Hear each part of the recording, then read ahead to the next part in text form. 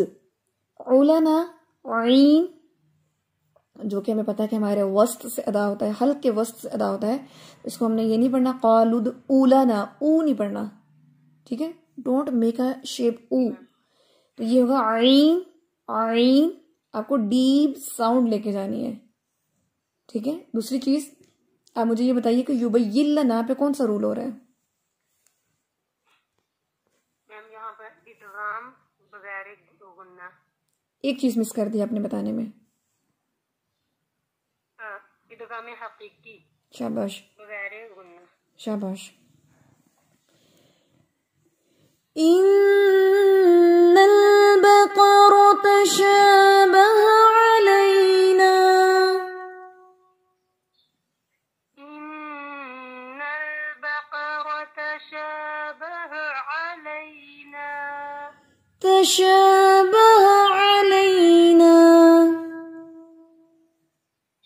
तशाबह अलैना। वइन्ना इंशाअल्लाह,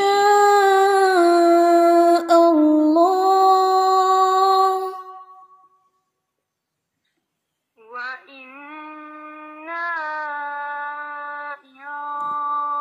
इंशाअल्लाह। अल्लाह, अल्लाह। इंशाअल्लाह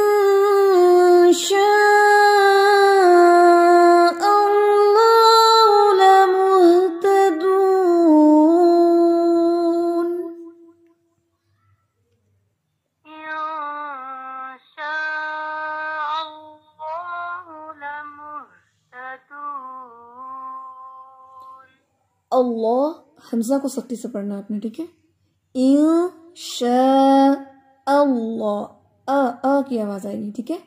ये नहीं पढ़ेंगे शाअल्लाह, शाअल्लाह, अल्लाह नहीं, अल्लाह, अल्लाह, ठीक है। जी मैम। ठीक है, बारिकल्लाह फीक। जी रबिया मजहर, वयक बिल खैर। जी रबिया मजहर।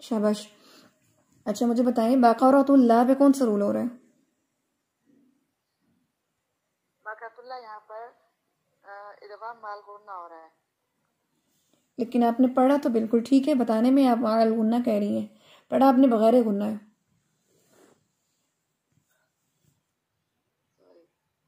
जी कौन सा इदगाम हो रहा है यहाँ पे?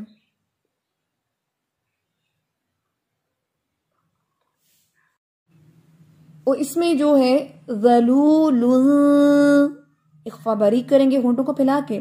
आपने पढ़ा ज़लूलुन, ये हैवी इख्फा की अदायगी है, तो हम पढ़ेंगे ज़लूलुन तुसीरुल अर्ज़।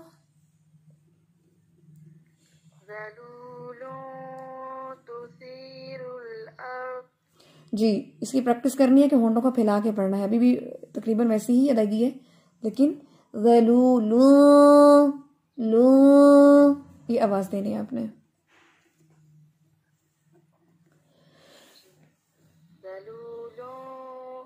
ठीक है, बेटर। ला ज़लूलुन तुसीरुल अर्ज़ वला तस्क़िल हर्ज़। ला ज़लूलुन तुसीरुल अर्ज़ वला तस्क़िल हर्ज़ वला तस्क़िल हर्फ, हर्फ वला तस्क़िल हर्फ। जी, सा का मखरज बता सकती हैं आप? ज्यादा होता है और जब जुबान की नोक ऊपर वाले दांतों के किनारों जड़ से लगती है तो हर्फ सा अदा होता है, इसे नरमी से अदा करते हैं। किनारों से लगती है, जड़ से नहीं, किनारों से। जी जी जी। मुसल्लमतुल ला शियत फीहा, मुसल्लमतुल ला शियत फीहा। क़ालुल आन जिअत बिल हक़, क़ालुल आन जिअत बिल हक़, जिअत बिल हक़, जिअत बिल हक़। फज़बहूहा वमा कादू यफ़अलून, फज़बहूहा वमा कादू यफ़अलून, कादू यफ़अलून,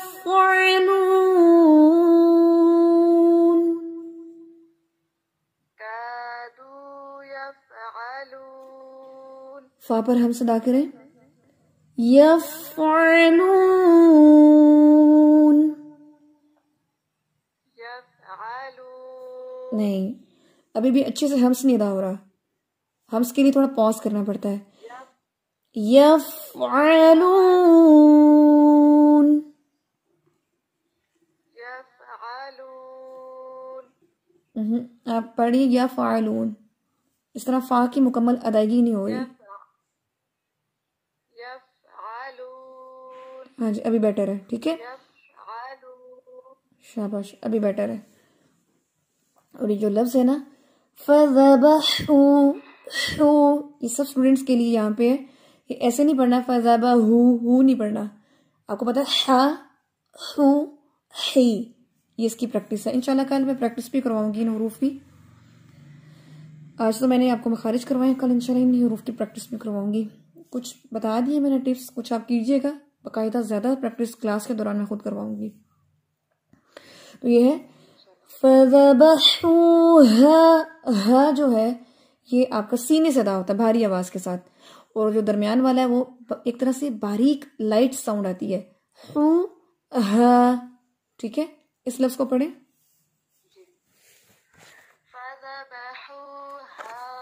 वेरी गुड, शाबाश, ठीक है। अपनी तदबीक को स्ट्रॉन्ग करें, रूल्स को अच्छे से रिवाइज करें, ठीक है। जो मैंने इख्फा के मरातिब अभी मैंने नहीं पूछे आपसे, लेकिन इख्फा के मरातिब, इख्फा का रूल, इदगाम, ये सब आपने अच्छे से रिवाइज करें, थोड़ी सी भी कंफ्यूजन नहीं होनी चाहिए, ठीक है। वइज़ क़तलतुम नफ्सन फद्दारअतुम फ़ीहा, वइज़ क़तलतुम नफ्सन फद्दारअतुम फ़ीहा। शाबाश।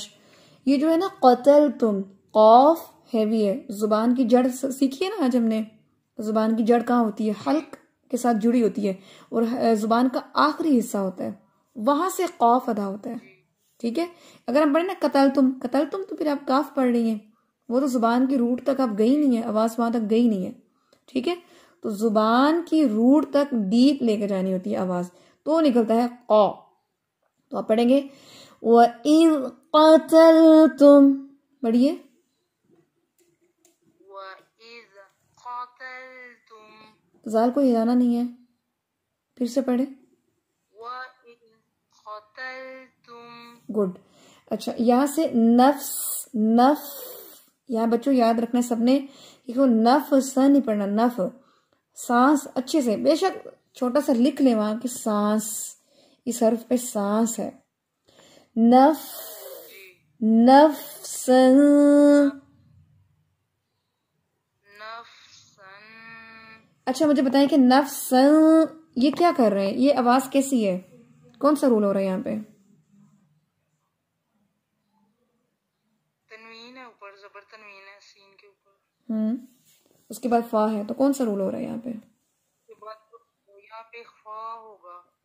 शाबाश, इख्फा होगा जी, इख्फा हकीकी। पूरा नाम बताना है, इख्फा हकीकी हो रहा है। क्या आप मुझे बता सकते हैं किस दर्जे का इख्फा कर रहे हैं हम? फा किन हुरूफ में से है?